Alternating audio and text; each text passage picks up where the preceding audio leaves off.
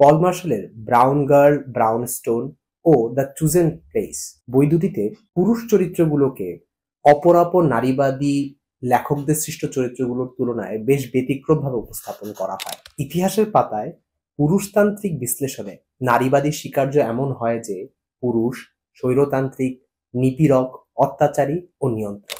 নারী পুরুষের অবস্থান ও ভূমিকার প্রেক্ষাপটে এই ইতিহাস সময়ের সাথে সমান্তরাল। নারী পুরুষের ভূমিকা এবং অবস্থানের সাপেক্ষে এই ইতিহাস তরঙ্গের আকারে এগিয়ে যাচ্ছে।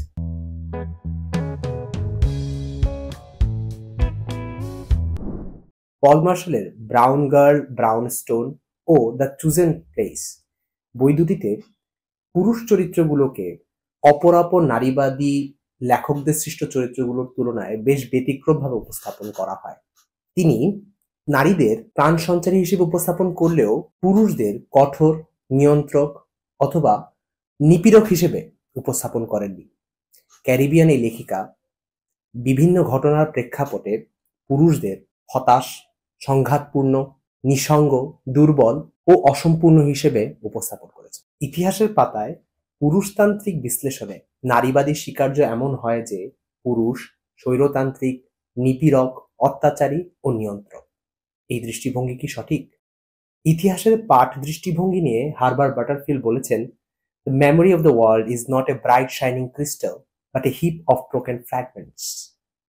ইতিহাস পাঠেও আমাদের দৃষ্টিভঙ্গির এই অনিবার্য সীমাবদ্ধতার কথাই বাটারফিল্ড বোঝাতে। ধরে নেই সময়ের সাথে ইতিহাস সামনে এগিয়ে চলছে, তবে নারী পুরুষের অবস্থান ও ভূমিকার প্রেক্ষাপটে এই ইতিহাস সময়ের সাথে সমান্তরাল, বরং নারী পুরুষের ভূমিকা এবং অবস্থানের সাপেক্ষে এই ইতিহাস তরঙ্গের আকারে এগিয়ে যাচ্ছে। এই তরঙ্গের বিস্তার এক এক সময় এক এক রকম। ইতিহাসে যেহেতু আমরা একটা ছোট অংশে আছি, সেহেতু আমাদের এই দৃষ্টি শক্তির সীমাবদ্ধতা দিয়েই আমরা নারী পুরুষের অবস্থান এবং ভূমিকার ভুল বিশ্লেষণ করছি। আদতে নারী ও পুরুষের অবস্থান এবং ভূমিকাও এই ইতিহাসের এক এক সময় এক এক রকম ছিল। হান্টার গ্যাদারার যুগে নারী পুরুষের বায়োলজিক্যাল ভূমিকা ছাড়াও অন্যান্য বেশ কিছু সহজাত ভূমিকাও ছিল।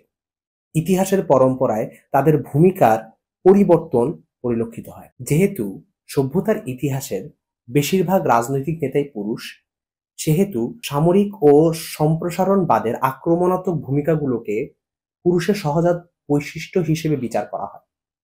এই ক্ষেত্রে সংখ্যাতত্ত্বের একটি সমস্যা পরিলক্ষিত হয়। ডক্টর আকবর আলী খানের একটি উদাহরণ দিয়ে তা আমরা বুঝতে পারি। 1970-এর দশকে বাংলাদেশের 3 জন অধ্যাপক ছিলেন, যারা প্রত্যেকেই 2টি করে পিএইচডি ডিগ্রি অর্জন করেছিলেন। তাদের জন্মস্থান ভিন্ন ভিন্ন জেলায় ছিল এবং তাদের মধ্যে বেশ কোনো সাদৃশ্য খুব একটি ছিল না। তবুও দুর্নীতির দায়ে এই 3 জনকেই জেল খাটতে হয়।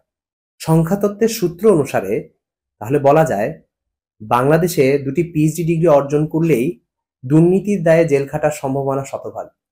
একইভাবে বলা যায় নেতৃত্বে পুরুষের অপেক্ষাকৃত বেশি উপস্থিতির কারণেই পুরুষকে পুরুষতন্ত্রের কাঠগড়ায় দাঁড় করানো হয়। ক্ষমতা কাঠামোর প্রতিযোগিতাপূর্ণ ও আগ্রাসী চরিত্র নারী পুরুষ নির্বিশেষে সকলকেই আগ্রাসী করে তুলতে পারে। এই ক্ষেত্রে নারী ও পুরুষের জেন্ডার মুখ্য বিষয় নয়। দুর্বলতা অথবা আগ্রাসন সমানভাবে নারী পুরুষ দুয়েরই চরিত্র উপাদান হতে পারে। এই চরিত্রগুলো জেন্ডার্ড নয়, বরং হিউম্যান নেচার।